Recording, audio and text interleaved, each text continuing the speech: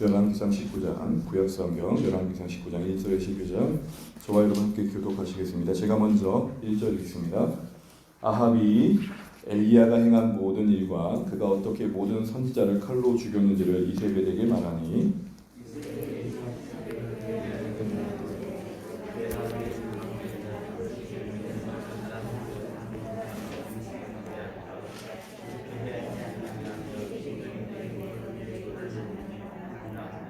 그가 이 형편을 보고 일어나 자기의 생명을 위해 도망하여 유다에 속한 브엘세바에 이르러 자기의 사원을 그곳에 머물게 하고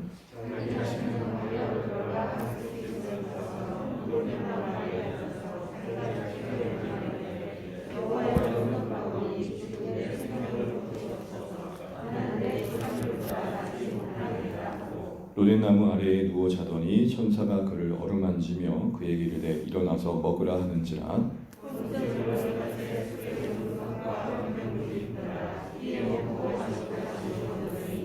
여호와의 천사가 또 다시 와서 어루만지며 이르되 일어나 먹으라 내가 갈 길을 다 가지 못할까 하노라 하는지라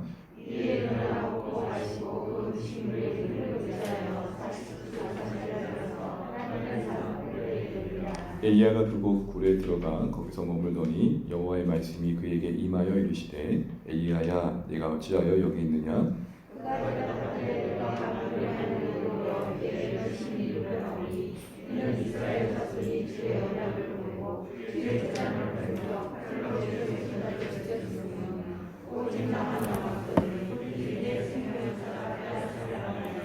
여호와께서 이르시되 너는 나가서 여호와 앞에 산에 서라 하시더니 여호와께서 지나가시는데 여호와 앞에 크고 강한 바람이 산을 가르고 바위를 부수나 바람 가운데 여호와께서 계시지 아니하며 바람 후에 지진이 있으나 지진 가운데도 여호와께서 계시지 아니하며 그 가운데에서도 여호와께서 계시지 아니하더니 불 후에 세밀한 소리가 있는지라. 아멘. 하나 읽겠습니다. 네, 함께 예배하며 기쁨입니다. 우리 앞뒤 옆에 인사 나누겠습니다. 이렇게 인사 나누시죠. 춥죠? 그리고 한 번 더 이렇게 얘기하시죠. 제가 그 손 잡아드릴게요. 시작. 네, 제가 그 손 잡아드릴게요. 추울 수 있습니다. 근데 조금 더 괜찮은 사람을 잡아주는 게 공동체들도 있습니다. 네. 아, 왜 이렇게 오늘 춥죠? 동계훈련 나가면 이렇게 조금 온도를 높이려고 하는 액션도 있어요. 막 이렇게 하고 발도 움직이고. 오늘만큼은 바로 동동으로도 이해하겠습니다. 좀 하시고, 장로님, 지사님 다음 주에는 저희 핫팩을 그냥 드려서 그래서 오늘 목자님께서 제가 한 달에 깜빡했는데 센스 있게 또 강서가고 담론 신교를 너무 감사했었습니다. 이렇게 누군가 또 생각해주고 알려주는 것들이 공동체가 아닌가 싶은 생각에 마음이 은혜가 되었습니다. 오늘 본문의 말씀을 가지고 하나님의 주권을 신뢰하는 교회라는 제목으로 말씀 나눠보겠습니다. 우리 한번 조금 힘들다는 의미로 제목을 함께 따라하시죠. 하나님의 주권을 신뢰하는 교회. 시작. 오늘 본문은 너무나 잘 알고 있는 엘리야에 대한 이야기를 다루고 있습니다. 엘리야 하면 이름 그 세 글자를 모르는 사람이 없을 만큼 유명한 선지자인 건 분명합니다. 근데 그의 이야기 속에서 우리는 엘리야 그 자신만을 보는 게 아니라 그가 얼마나 대단한 선지자이냐보다는 그가 사역하는 그 현장 속에 하나님께서 어떠한 메시지를 담아내고 계시냐가 더 우리의 관심이 되어야 될 줄 압니다. 그래서 언제나 여러분 성경을 볼 때마다 영웅과 같은 존재들이 있지만 그들이 주인공이 아니고 그들을 통해 말씀하시고자 하는 하나님이 주인공인 건 늘 잊지 않으시면 좋겠습니다. 특별히 오늘 엘리야의 이야기를 크게 네 가지 테마로 말할 수 있습니다. 하나는 승리, 또 하나는 낙심, 그 다음에 이탈, 그 다음에 회복, 이렇게 네 가지 테마로 나눌 수 있는데 이 이야기를 쭉 따라가면서 오늘 우리의 주제에 맞게 필요한 교훈들을 한번 생각해 보려고 합니다. 먼저 승리의 이야기인데요. 우리가 19장 1절부터 읽었는데 바로 앞에 18장에 보게 되면 위대한 갈멜산 전투에 승리하는 엘리야의 이야기가 나옵니다. 당시에 이스라엘 왕은 아합이었습니다. 근데 아합 왕은 성경의 평가대로 보자면 이렇게 악한 왕이 없었습니다. 그가 하나님의 선지자의 생명을 하찮게 여겼고 또 특별히 이스라엘 백성도 그가 세운 우상의 마음을 빼앗겨서 선지자들을 외면했던 그런 시대였습니다. 한마디로 암울했던 시대죠. 아무리 선지자들이 외쳐도 한쪽 귀로 듣고 한쪽 귀로 흘려보내는 소위 마이동풍의 시대라 할 수 있을 것입니다. 그런 시대를 향해서 하나님께서는 열왕기상 17장에서 기근으로 심판을 하십니다. 징계를 하시는 거죠. 3년의 기근들이 계속됩니다. 3년의 기간이 이제 어느 정도 지난 뒤에 하나님께서 18장에서 엘리야를 다시 한번 세우셔서 아합 왕 앞에 세우게 하시는데, 그때 아합 왕이 이런 제안을 합니다.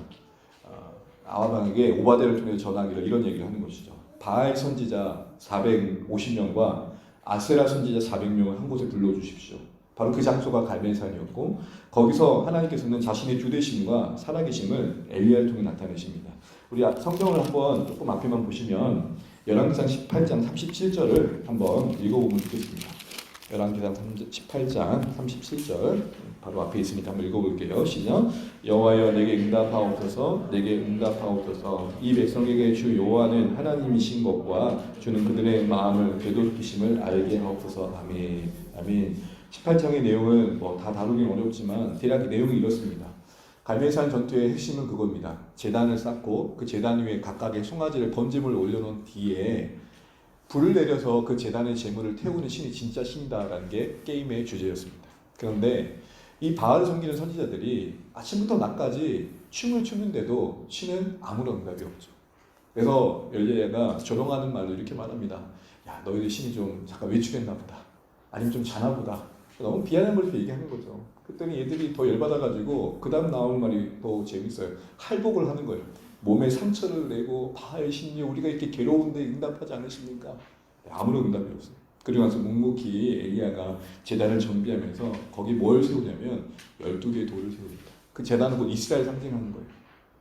돌같이 딱딱하게 굳은 그들이 하늘에 내린 불로 다시 회복되길 바라는 마음으로 돌을 쌓고, 그 다음에 더하여 가지고 제물에 물을 부어요. 물을 부었는데 이게 얼마나 부었는지 옆에 테두리의 도랑에, 소위 우리 이제 텐트를 치게 되면 이렇게 비 오게 되면 이게 하수를 만드는 거죠. 도랑에 물이 꽉 찬 거예요.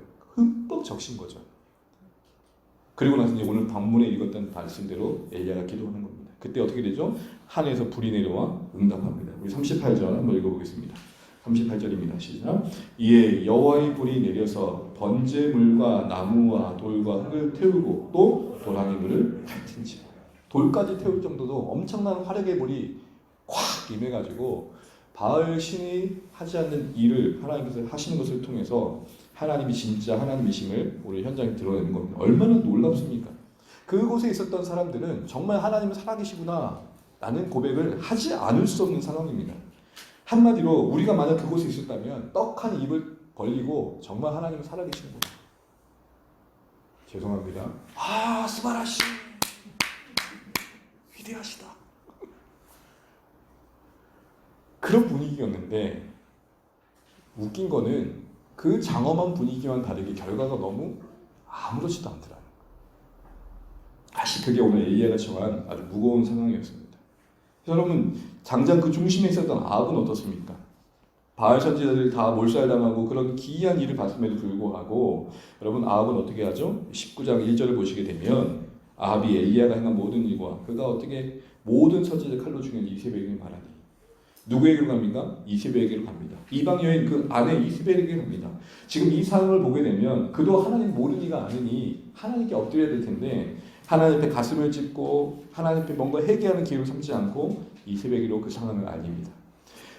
상황은 정말로 장엄한 놀라운 기적의 현장이었는데 그 기적이 그들의 완악한 마음을 깨트리지 못하고 있는 현실을 우리가 보고 있는 것입니다. 사랑하는 여러분, 잠시지만 생각해 볼 것이 있어요. 특별한 체험 필요합니다. 기이한 체험 필요하고요. 도저히 뜻밖의 상황들 속에 하나님 일하심을 경험한 거 필요합니다. 그런데 희한하게 그것이 곧 그의 변화를 보장해 주지 않더라고요. 나중에도 얘기하겠지만 진짜 사람을 바꾸는 건 뭔가 생각들을 한번 해볼 필요가 있습니다. 어쨌든 우리가 변하는 건 은혜인 것이죠. 그래서 여러분, 우리가 잠시라도 내가 내 입술을 열어서 예수를 주로 고백한다는 게 참 신기한 거예요. 설명할 수 없는 거예요. 그래서 여러분이 예수님을 주로 고백할 때마다 좀 자신을 향한 탐복이 있으시면 좋겠어요. 내 안에 진짜 놀라운 일이 임한 거구나. 그런데 여러분, 이런 상황 속에서 엘리야의 선택은 무엇이었습니까? 바로 낙심이었음을 보게 됩니다. 우리 3절 말씀 한번 읽어보겠습니다. 3절 함께 읽습니다. 시작. 그가 이 형편을 보고 일어나 자기의 생명을 위해 도망하여 유다에 속한 부할세바에 이르러 자기의 사안을 그곳에 머물게 하고. 엘리야가 뭘 봤습니까? 이 형편을 보고 그가 본 형편은 무엇입니까? 대단한 승리에 비해 너무 초라한 결과. 그 초라한 결과의 내용이 무엇이었습니까? 이스라엘 백성들 전혀 바뀌지 않고 있고 분명히 떡하니 하나님의 살아계신 여호와의 불을 통해 하나님의 살아계심을 보았음에도 불구하고 전혀 의도치 않고 있고 엘리야의 그 기적의 현장에 있었던 아합조차도 오히려 더 위협일 거센 방응으로 이세벨과 함께 엘리야에게 위협을 가하고 있는 현실이 찾아온 것입니다. 그런 상황 속에서 지금 엘리야의 선택은 무엇이냐면 그것을 보고 도망하는 선택을 합니다. 엘리야가 이탈한 이 현실을 보면서 어떤 분들은 그렇게 해석을 하더라고요. 너무 전날에 갈멜산 전투가 너무 가고하다 보니 너무 스트레스를 받다 보니까 가로가 심각해가지고 심각한 우울증에 빠진 걸로 이야기도 합니다. 사람이 갑자기 급 우울해질 때가 있잖아요. 열심히 뭔가 한 다음에 나오는 허탈감이라는 게 있잖아요. 그러나 여러분 단순히 허탈감으로는 엘리야의 그 중심의 내용을 다 말하는 건 아닙니다. 왜냐하면 그것이 없지 않아 있었다고 할 수 있겠지만 더 중요한 본질은 교만이었습니다. 여러분 그거 아세요? 낙심은 교만의 또 다른 모습. 우리의 염려와 낙심은 크신 하나님과 반비례한다라고 생각하시면 돼요. 그래서 여러분 오늘 이 낙심, 이탈, 그 형편을 보고 도망치고 있는 그래서 결국 로덴 나무 아래 머물고 있는 엘리야의 모습, 그 낙심의 중심에 우리 교만을 잘 분별할 필요가 있습니다. 10절을 보세요. 그가 그렇게 도망가서 로덴 나무 아래에 있을 때에 하나님께서 찾아오셔가지고 하셨던 말씀 앞에 그의 대답을 보십시오. 그가 왜 거기 있는지에 대한 질문에 대한 답이 무엇입니까? 우리 10절 한번 읽어보겠습니다. 10절 시작. 19장 10절입니다. 그가 대답하되 내가 만군의 하나님 여호와께 열심히 유별하오니 이는 이스라엘 자손이 주의 언약을 버리고 주의 제단을 버리며 칼로 주의 선지자를 죽였음이오며 오직 나만 남았거늘 그들이 내 생명을 찾아 빼앗으려 하나이다. 아멘. 여기서 뭐가 제일 많이 나온 것 같아요? 내가 오직 나만, 내 생명. 눈에 들어온 두 단어가 있는데요. 두 구절이 있는 게 무엇이냐면 내가 그 누구도 발휘하지 않은 유별난 열심으로 이렇게 하나님 나라를 위해 섬겼습니다. 또 하나 남은 거 뭐죠? 그런데 결과는 오직 나만 남았습니다. 여기서 우리는 뭘 봅니까? 유별난 그 자신의 열심을 말하는 것과 함께 오직 남았다라는 그 고백 속에서 우리는 바로 그 엘리야 그 중심에 있는 자기 신념과 자기 고집 또 자기 생각이 꽉 차 있다는 걸 생각하게 됩니다. 무슨 말이죠? 하나님 이 정도 역사를 일으켰으면 결과도 뭔가 대단한 결과가 나와야 되는 거 아닙니까? 라는 의문에 대한 그 섭섭한 마음이 고스란히 담겨있는 고백을 하고 있는 것입니다. 나처럼 남다른 특심으로 섬기는 이들도 찾아볼 수 없을 뿐만 아니라 이렇게 섬겼음에도 불구하고 오직 일어난 일들은 아무것도 없고 홀로 남아있는 제 모습을 보십시오. 이게 무엇입니까? 나는 생각지도 않은 그 형편 속에서 기대하지 않았던 그 결과 속에서 하나님께 대한 무엇일까요? 실망감을 표출하고 있는 것입니다. 이게 바로 여러분 뭐죠? 교만입니다. 우리의 생각의 우리의 생각과 우리의 판단과 기대 속에 하나님을 묶어두는 것입니다. 하나님의 어떤 크심과 신실하심 아래서 환경을 수용하기보다는 환경 안에서 하나님을 묶어두는 것이죠. 내가 생각하는 범위 안에서 하나님을 제한시키는 것이죠. 그게 교만입니다. 그래서 여러분 베드로 사도는 겸손을 이렇게 말합니다. 베드로전서 5장 6절인데요. 제가 한번 읽어보겠습니다. 베드로전서 5장 6절 그러므로 하나님의 능하신 손 아래서 겸손하라 때가 되면 너희를 높이시리라. 겸손을 뭐라고 말하고 있습니까? 하나님의 능하신 손 아래서의 머뭅니다. 자기의 생각은 뛰어난 것 같고 자기가 뭔가 대단한 것 같아도 그것에 하나님 하신 손 아래에 둘 줄 아는 선택이 겸손이다 라고 이야기를 하는 거죠. 오늘 엘리야의 상황 속에 본다면 그가 본 형편 속에서 하나님을 재단하는 게 아니라 그가 본 형편을 가지고 하나님을 결론 내리는 게 아니라 하나님의 하나님 되심으로 그 형편을 해석하는 다른 관점이 필요했던 것입니다. 여러분 그것을 비해서 겸손은 바로 하나님의 관점에서 하나님의 하나님 되심 안에서 주어진 형편과 상황을 이해하려는 애씀이고 몸부림이라고 할 수 있을 것입니다. 그런데 여러분 이런 낙심 후에 결국은 오늘 엘리야가 이탈하게 되어졌는데 그것은 결국 단순한 이탈이 아니라 이스라엘 자리로부터 이탈이었기 때문에 사명에서 이탈이었습니다. 그런데 이런 상황 속에서 우리는 다시 한번 하나님의 주권을 신뢰한다는 게 뭔지에 대한 생각을 해보게 됩니다. 그것은 무엇입니까? 조급함을 버리고 나의 기대와 열심에 하나님을 가두려 하지 않는 것입니다. 조급함을 경계하고 나의 기대와 열심에 하나님을 가두려고 하지 않는 것입니다. 거듭 말씀드린 것처럼 엘리야의 마음속에서는 갈멜산 오늘 열왕기상 18장의 대단한 승리가 이스라엘이 놀라운 역전을 일으킬 것에 대한 기대가 있었습니다. 이 정도 일이 일어났는데도 불구하고 이스라엘이 변하지 않는다? 그럼 그 뒤에 누가 온다 한들 이스라엘의 변화는 아무런 소망이 없다, 이런 생각을 할 만한 상황이었던 것입니다.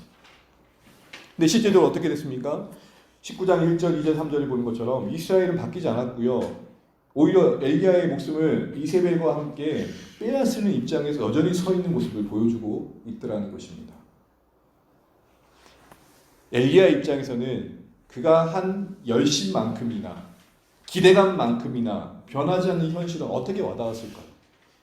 여러분, 우리가 어떤 일을 열심히 했는데 그 일이, 그 결과가 생각지도 않았을 때 우리의 마음은 어떨까요? 제가 오늘 이 말씀을 좀 준비하면서 한 주간 제 마음 중심에 불편한 게 뭔가 하는 생각이 들었어요. 이제 개척하고 세 번째 우리가 주일 예배를 맞이하는데 하나님 앞에서 뭔가 내 마음속에 고백돼야 게 있다는 생각이 들었어요. 저는 이런 그림을 그렸어요. 그런 기대감을 갖기도 했잖아요. 지난주에 우리 또 조임현 형제님 가정도 오고 또 누구도 온다 그러고, 근데 오늘 또 하나님께 아무도 안 오게 하셨어요. 뭔가 부푼 마음이 있는데 이대로 가면 계산해보니까 괜찮을 것 같다. 내 기대 속에 하나님이 일해주시지 않는 듯한 상황을 만날 때, 열심만 남을 때, 그 외로움과 고독감 그 중심에 우리는 교만과 함께 있다는 사실을 분별해 줘야 됩니다. 그래서 은혜 없이 열심만 있으면 그것은 그 자체로 해악이 될 때가 참 많습니다. 은혜 없는 열심은 우리를 넘어뜨릴 수 있는 걸림돌이 될 수 있다는 것을 알아야 됩니다. 열심이 나쁘다는 게 아닙니다.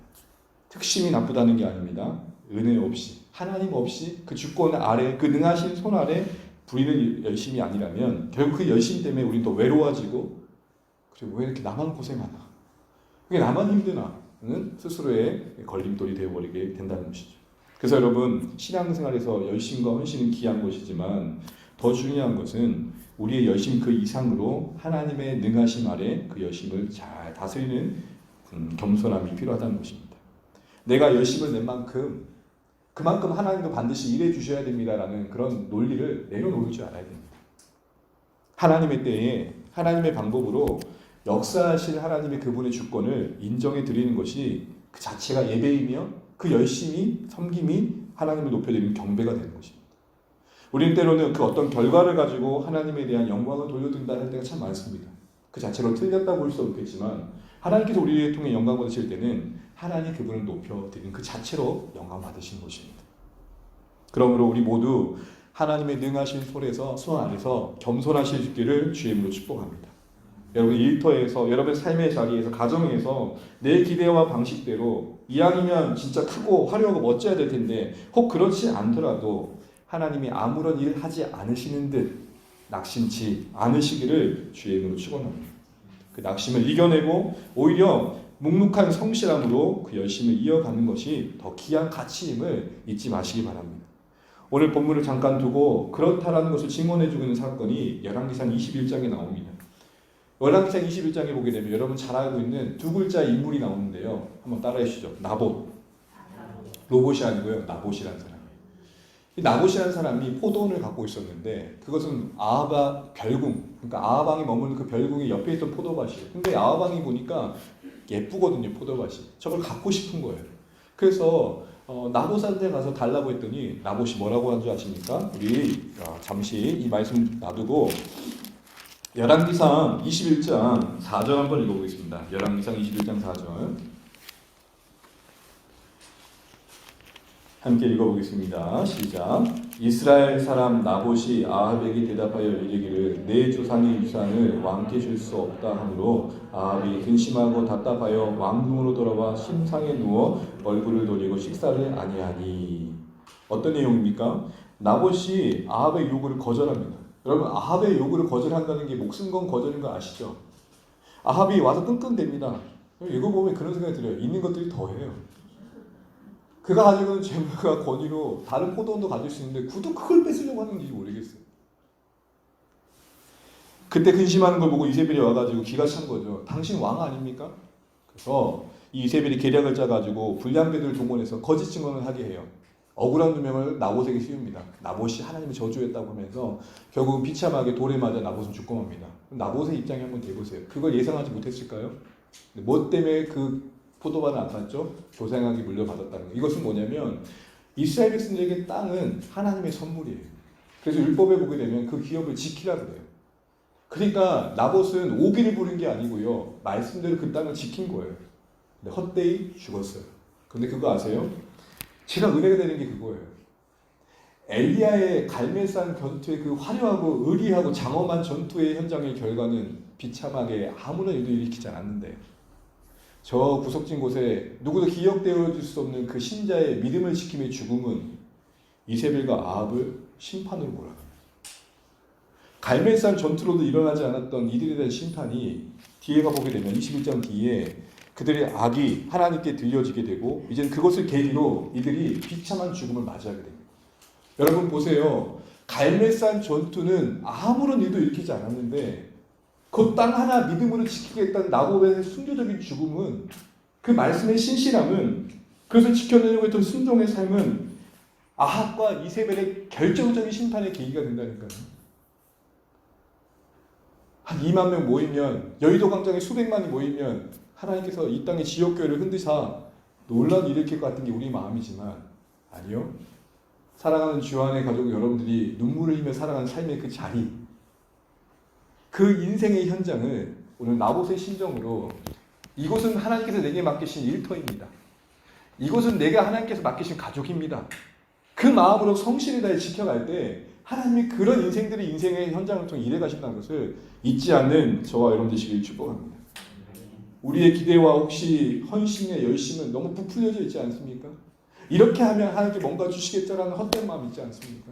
하나님이 능하신 손 안에서 다 내려놓으시고 또한 하나님의 일하심이라는 것이 우리 기대와는 다르게 되려 초라해 보이는 그 한 신자의 허망한 죽음이 오히려 이스라엘의 놀라운 심판의 계기를 불러오는 사건이 되었다는 것을 잊지 마시고 나 혼자 신앙생활하면서 우리가 이렇게 이 땅에서 믿음 지키는 게 별거 아닌 것처럼 느껴질 때마다 이 사건을 기억하시길 바랍니다. 갈멜산의 승리가 아니라 나봇의 헛되어 보이는 죽음을 통해 하나님은 일하셨다. 그러므로 우리가 주의 주되심을 인정한다는 것은 이런 우리의 허망한 기대와 열심, 혹시 하나님을 위한다는 명분으로 포장된 우리 욕심을, 교만을 내려놓는 것입니다. 그리고 아무것도 아닌 것처럼 보이는 나봇의 포도원과 같은 그 땅을 우리의 인생을 믿음으로 잘 보증받는 것입니다. 그 현장을 통해 우리 하나님은 이세벨과 아합을 심판했던 역사로 우리 가운데 일들을 이루어 가시는 것입니다. 그런 의미에서 가정을 내팽개치고 일터를 내팽개치고 하나님을 위한다 하면서 신앙의 명분을 가지고 열심을 내는 분들의 분별할 필요가 있습니다. 필요 없다 할 수 없겠지만 그런 방식으로 하나님께서 꼭 일하신다는 생각들을 더 자유하시기 바랍니다. 우리 모두가 바울이 될 수는 없는 것입니다. 우리 모두가 순교자가 될 수는 없는 것입니다. 여러분의 삶을 나봇의 심령을 부둥켜 안고 지켜가시기를 주의 이름으로 축복합니다. 두 번째로 볼 수 있는 교훈은 끝이 아니라 새로운 인내의 요령을 요구하고 있다는 것입니다. 다시 말해 신앙과 사역의 열매 맺음은 긴 시간이 요구되고 있다는 거예요. 자 보세요. 오늘 갈멜산의 그 쌈박한 전투의 승리 하나로 엘리야는 대단한 결과를 기대했지만 하나님 그렇게 일하지 않으셨어요. 이게 우리에게 뭘 요구할까요? 여정이 있고 과정이 있다는 거예요. 갈멜산의 승리가 대단하지만 그것으로는 끝나지 않는 하나님 나라의 역사가 있다는 것이에요. 그래서 여러분 이거 기억하셔야 됩니다. 끝이 아니고 뭐다고요? 새로운 인내를 요구하고 있는 싸움의 시작이다. 제가 왜 이럴까요? 추우니까. 안 추우세요? 힘내세요? 네. 말이 얇고요. 지금 혓바닥이 얇고 있고 제가 좀 꼬인 것 같지 않습니까? 혹시 방언을 하더라도 이해하시기 바랍니다. 우리 신앙의 현실의 열매 맺음과 사역의 열명에 가정이 있습니다. 우리는 가정을 생략받고 결과를 당장 도달하는 것이 믿음이라고 생각할 때가 있어요. 물론 하나님께서 그렇게 일하실 때가 있습니다. 그러나 보편적인 차원에서 믿음은 과정을 잘 채워가는 것입니다. 주 안에 교회가 파손받고 채워갈 가정이 있다는 것을 잊지 않는 우리 모두 되시기를 축복합니다. 우리는 성과만큼이나 그 과정 속에서 자라는 가치를 놓치시면 안 됩니다. 개척의 과정에서 외적으로 우리가 아름다운 성장을 이뤄가기 전 기도하고 오늘 우리 권사님처럼 부흥에 대한 소망을 갖습니다. 그럼에도 불구하고 간과하지 말 것은 그 우리의 확장과 성장 그 중심에 있는 우리가 함께 성장해야 됩니다. 아니요, 우리의 성장의 열매가 주 안의 교회의 성장이 되시기를 주의 이름으로 축복합니다. 교회는 어느새 어떤 상황 속에서 커가고 있는데 우리는 자라지 않고 있다. 이 개척의 시간들 속에, 이 소중한 시간들 속에 인내가 자라지 않고 있고 믿음이 자라지 않고 있고 소망이 자라지 않고 있다. 그래서 하나님께서 기뻐하지 않는 모습일 것입니다. 제가 고등학교 시절에 가졌던 꿈은 그것입니다. 야, 대학만 가면 된다. 대학 그래도 결혼하고 뭐 이렇게 하면 된다. 결혼했더니 막상 또 한 선배가 저한테 그러더라고요. 규용아, 이제 시작이야. 와, 진짜 가슴 깊이 박힌 진리의 말씀. 규용아, 이제 시작이야. 우리는 저기만 가면, 아니요 여러분, 우리 인생이 어디까지 갈지 모르지만 함께 성장해야 될 줄로 믿습니다. 그 과정을 즐길 수 있는 저희 모두 되시길 바랍니다. 하나님의 주권을 신뢰한다는 것은 바로 파송 개척이란 대단한 우리의 아름다운 출발과 함께 이어진 우리의 여정에 요구되어진 인내를 잘 채워가는 것입니다. 계속되어야 이 복음을 위한 선한 싸움을 감당한 마음가짐을 하시기 바랍니다. 쉽게 끝나지는 않을 것입니다. 우리 마음을 다시 한번 추스리시고 하나님께서 요구하신 인내를 우리 마음으로, 우리 삶으로 함께 채워가며 그걸 잘 감당할 수 있도록 서로를 격려해 줄 수 있는 우리 사랑하는 모든 손님 되시기 바랍니다. 그런데 이걸 감당하려면 우리에게 뭐가 필요할까요? 오늘 엘리야의 회복의 모습에서 두 가지를 보게 됩니다. 그 첫 번째는 바로 하나님의 위로이며 또한 두 번째 그 말씀을 듣는 것인데요. 여러분 보세요. 시리에 빠진 엘리야가 회복되는 과정 속에서 어떤 일이 있었습니까? 우리 5절 말씀 한번 읽어보겠습니다. 5절입니다. 시작. 로덴나무 아래에 누워 자더니 천사가 그를 어루만지며 그에게 이르되 일어나서 먹으라 하는지라. 얼마나 피곤했는지 고냈는지 깊이 잠들었어요. 근데 천사가 뭐라 그러죠? 뭐 한대요? 어루만지. 사랑하는 부모님들, 우리 중고등부 학생들 깨울 때 어떻게 깨우십니까? 아유, 얼마나 고냈으면 지금까지 자니. 학교 가야 되는데 얼마나 고냈으면 지금까지 자니가 아니고 어떻게 그죠? 아, 좀 일어나라. 좀 제발 좀 일어나. 하준아, 일어나. 오늘 엘리야가 얼마나 깊이 고단했으면 잠든 그 현장에 하나님이 천사를 보내셔서 어떻게 하세요? 어루만지는 게 뭔지 아시죠? 보듬어 주는 거예요. 따뜻하게 보듬어 주면서 일어나고 하고 밥상을 차려주고 먹으라고 그럽니다. 그걸 한 번만 하지 않아요. 7절 한번 읽어보겠습니다. 7절입니다. 여호와의 천사가 또다시 와서 어루만지며 이르되 일어나 먹으라. 내가 갈 길을 다 가지 못할까 하노라 하는지라. 여러분, 우리가 특별히 자녀 세대를 향해서 저들이 마땅히 가야 할 길들을 다 가지 못할 것에 염려된 마음이 우리 가운데 먼저 있어 자녀들의 지금의 모습을 안아줄 수 있기를 주님으로 축원합니다. 저부터 그렇게 하겠습니다.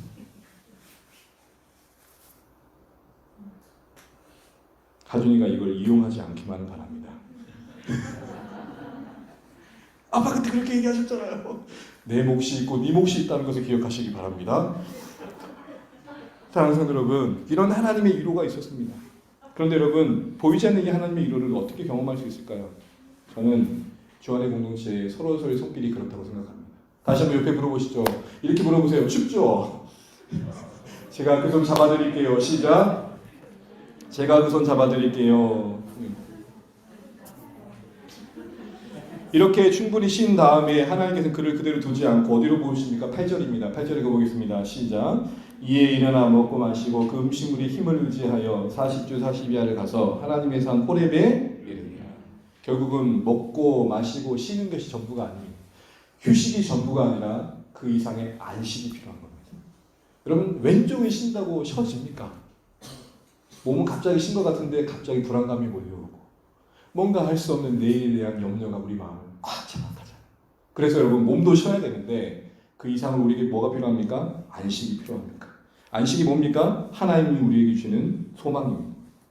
하나님이 우리에게 위로해 주시는 것입니다. 그래서 여러분, 오늘 엘리야가 하나님의 산 호렙에 머문, 이것은 이 구약 버전으로 보면 말씀 앞에 머물렀다는 것입니다. 왜냐하면 호렙에서 항상 하나님 말씀을 찾아와 주셨거든요. 근데 그 뒤에 이뤄지는 일들입니다. 하나님께서 어떻게 그에게 찾아오시죠? 우리 11절, 12절 함께 읽어보겠습니다. 11절, 12절입니다. 시작. 여호와께서 이르시되 너는 나가서 여호와 앞에서 산에 서라 하시더니 여호와께서 지나가시는데 여호와 앞에 크고 바람이 산을 가르고 바위를 부수나 바람 가운데 여호와께서 계시지 아니하며 바람 후에 지진이 있으나 지진 가운데도 여호와께서 계시지 아니하며 또 지진 후에 불이 있으나 불 가운데도 여호와께서 계시지 않으니 불 후에 샘이라는 소리가 있는지라. 여러분 보세요. 하나님께서 엘리야를 떡하니 호렙산 선 앞에 서게 하신 다음에 어떻게 하세요? 뭘 보여주십니까? 큰 바람, 그리고 땅을 흔드는 지진, 그리고 불 보여주시는데 거기에 계셨어요? 안 계셨어요? 안 계셨어요. 이게 뭘 사인하는 거예요? 어떤 메시지일까요? 엘리야야, 너 불을 기대했냐? 엘리야야, 너 지진과 큰 바람과 같은 역사를 기대했냐? 아니야. 나는 샘이란 소리야. 무슨 말이죠? 너는 왁자지껄하게 뭔가 거한 일이 일어날 거 기대할지 모르지만 나는 묵묵히 일하고 있다. 그런 차원에서 세미한 소리 가운데 들려줬던 내용이 무엇이었습니까? 바로 엘리야 뒤에 엘리사를 세우라는 말씀이었고 15절 16절을 보게 되면 아람왕 하사엘을 세우라는 말씀이었고 또한 이제는 아합 이후에 에후가 기름 이스라엘 왕이 될 거라는 예언이었습니다. 이 모든 게 뭘 보여줄까요? 앞으로 되어질 일들에 필요한 사람들을 세우라는 것입니다. 결국 엘리야야 너 지금 보여지는 형편 때문에 여기까지 왔는데 마치 내가 일하지 않는 것처럼 생각하여 여기까지 왔는데 아니야, 나 일하고 있어. 이거 잊지 마. 너가 기대하는 바람은 아닐지 몰라. 네가 기대하는 불과 지진은 아닐지 몰라도 난 세미하게 음성으로 너와 같이 이렇게 찾아온 것처럼 일하지 않는 듯한데 여전히 일하고 있어. 이게 우리 하나님 일하신 방식임을 엘리야가 알아야 하는 것입니다. 사랑하는 성도 여러분, 이 말씀을 드린 뒤에 바로 엘리야가 순종하며 오늘 19절 같은 놀라운 역사를 보여줍니다. 19절 한번 읽겠습니다. 시작. 엘리야가 거기서 떠나. 뭐라고요? 엘리야가 거기서 떠나. 여러분 거기가 어디입니까? 낙심으로 무너진 마음을 가지고 하나님 앞에 머물렀던 그 끝자락이었어요. 벼랑 끝이었어요. 근데 거기서 다시 돌이키죠. 휴식하고 안식한 뒤에 돌이킵니다. 사랑하는 성도 여러분, 그렇습니다. 오늘 엘리야의 회복에서 보여준 것처럼 우리 공동체 안에 하나님의 위로가 필요하고 말씀의 들려짐이 필요합니다. 세밀한 하나님의 음성을 들으실 필요가 있습니다. 우리 눈앞에 가시적으로 매주마다 정말로 눈에 띌 만한 성장이 일어나지 않아도 여전히 우리를 통해 일하고 계신 하나님을 믿으시기 바랍니다. 적어도요, 저 이거 하나는 분명합니다. 우리를 불러 교제케 하시는 우리 하나님은 미쁘시다. 여러분 설명이 됩니까? 옆에 분들이 물어보면서 도대체 왜 오신 거예요? 그 이유 중심에 여러분의 생각만 있으십니까? 아니요. 하나님의 설명할 수 없는 여러분 마음에 우리도 서로 놀라잖아요. 아니 저 사람이 왜 오지? 싫어서가 아니라 반가운데 이해가 안 되는 거예요. 그 이해되지 않는 그 중심에 뭐가 있죠?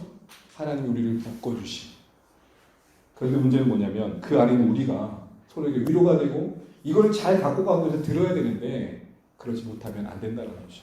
그래서 여러분 몇 가지 좀 제안을 드릴게요. 저희 공동체가 긴장감보다는 뭔가 기댈 수 있는 곳이 되시길 주임을 축복합니다. 여러분 만약에 누가 인사하는데 여기서 담배가 떨어져 있어요. 그때 눈빛을 바꾸지 마세요. 주선 주면서 괜찮습니다. 그러다 조금 줄이세요.